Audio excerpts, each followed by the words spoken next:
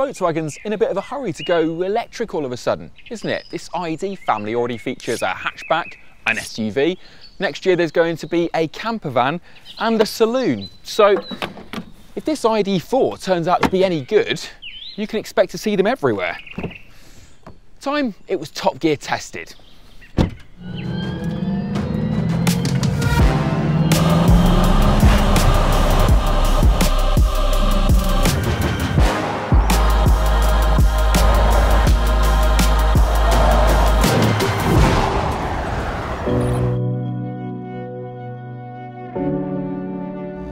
What is it?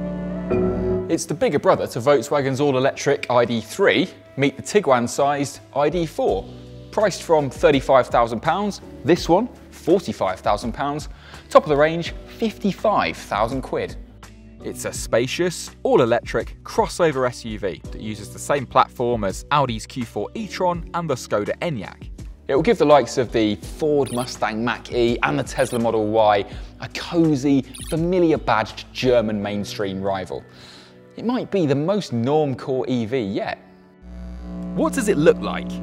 Normally there would be a joke here, but I'm struggling. It's just so plain. I mean, I'll give it slippery. The face is all smoothed off, the door handles are tucked into the side, and the designer did wake up in time to sketch us some funky taillights. But for a car that's supposed to be the bedrock of Volkswagen's all-electric future, it's hardly a head-turner. How big's the battery? Well, there's a few to choose from.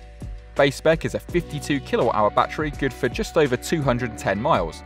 On the higher end models, the Pro battery takes you up to 77 kilowatt hours, and depending on if you go for the rear drive or dual motor all-wheel drive, claimed range will climb to just over 300 miles. Where's the charging port? Well, the charging cable goes in here, under what your parents used to call a fuel filler flap, but the problem is it's had to live back here in the boot because there's no front trunk. So if you cover this little cubby hole with shopping, then you can't get to your charging cable.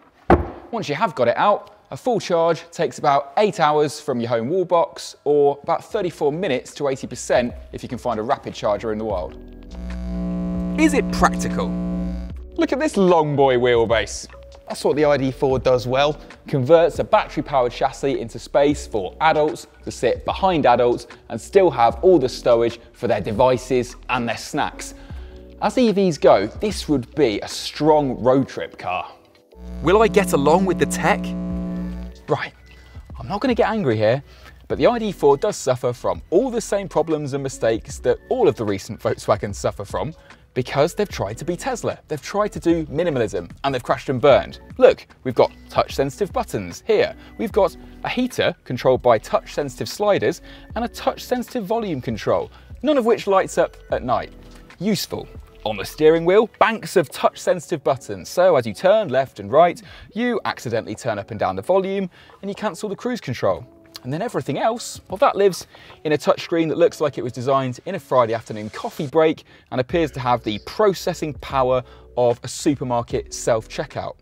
It's not good enough from Volkswagen. This car feels laggy and dated inside. It's not good enough for what's supposed to be an electric trendsetter.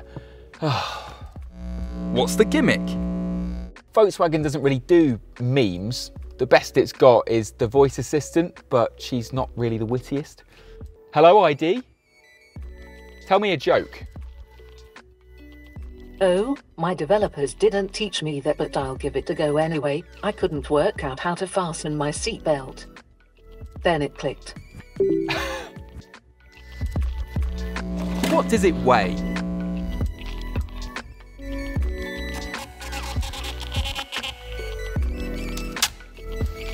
Now, Volkswagen says this should be 2,045 kilos. Turns out this one is 100 kilos heavier than that. Volkswagen got its numbers wrong. I don't know about you, but I am shocked.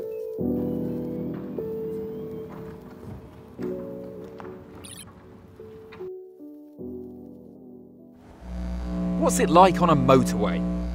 This is definitely the ID4's comfort zone, literally, really. I mean, I've got big balloon tyres, a nicely damped ride, and it's exceptionally comfortable. Cruising along, cutting a very peaceful hole in the air, I've got a good view out, seats reasonably comfortable. Yeah, there's nothing to really play with here. I haven't got any paddles on the steering wheel to adjust my regen. I can't swipe through multiple displays. There's very little to fiddle with. It's just a car being a car, doing its normal car job, but there's not a whole lot to really criticise either. And there's no need to do our Autobahn test because the ID4 is limited to 99 miles per hour flat out, which it's just exceeded. We're doing 101. And that's all it's got, 101. There you are, the top speed of an ID4. Still quite quiet here as well. I think we'll save some range for the next test.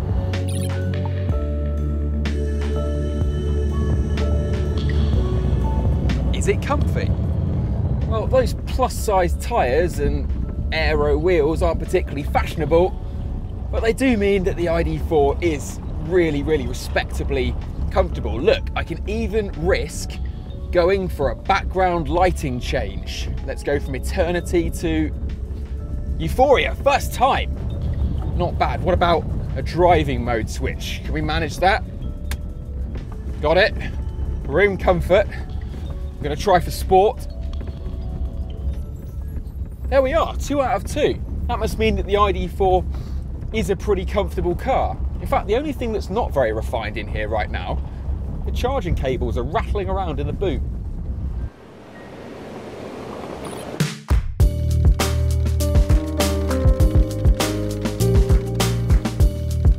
How fast is it?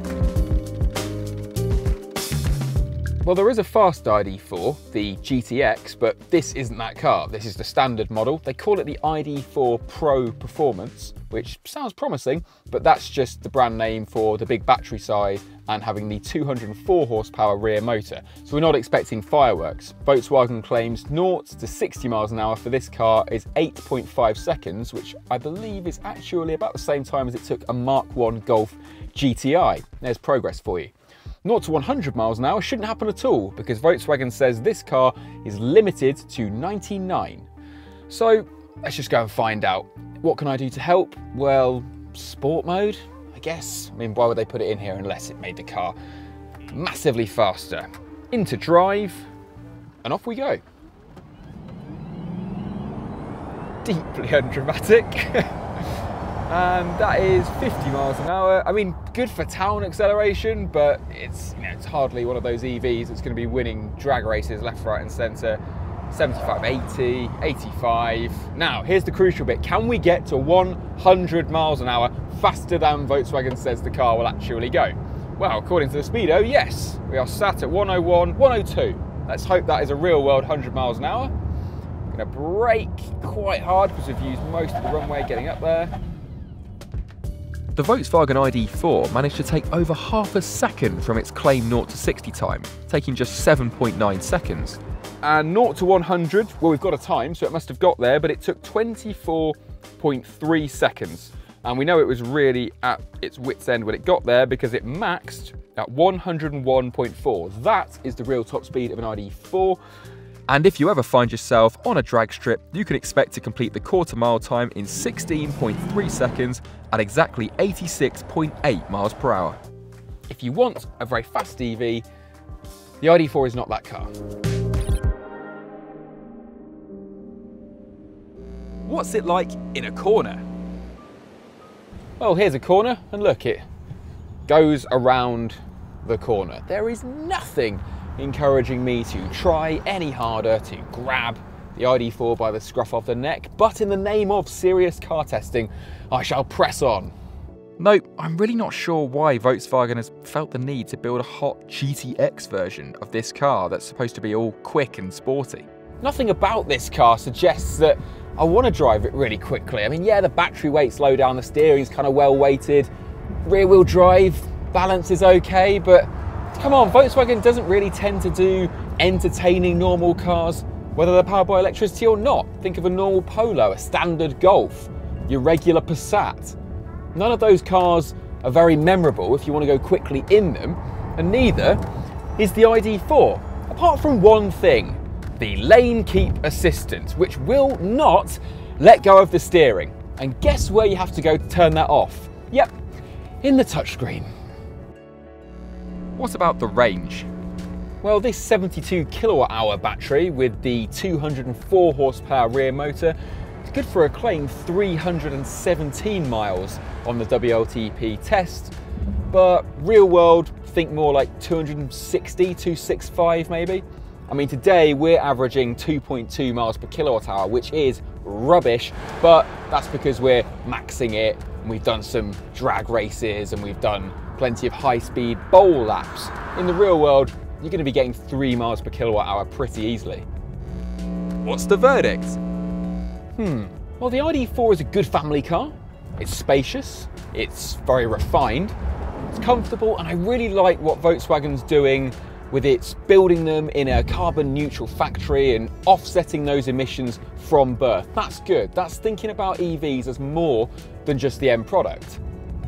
But the end product itself, I'm not sure. I thought that Volkswagen would arrive late at the electric cars party, kind of like a responsible father of the bride, interrupting an off-the-rails best man speech, stepping up and going, all right, Elon, thanks mate, maybe you've had one too many, we've got it now, we'll take it from here.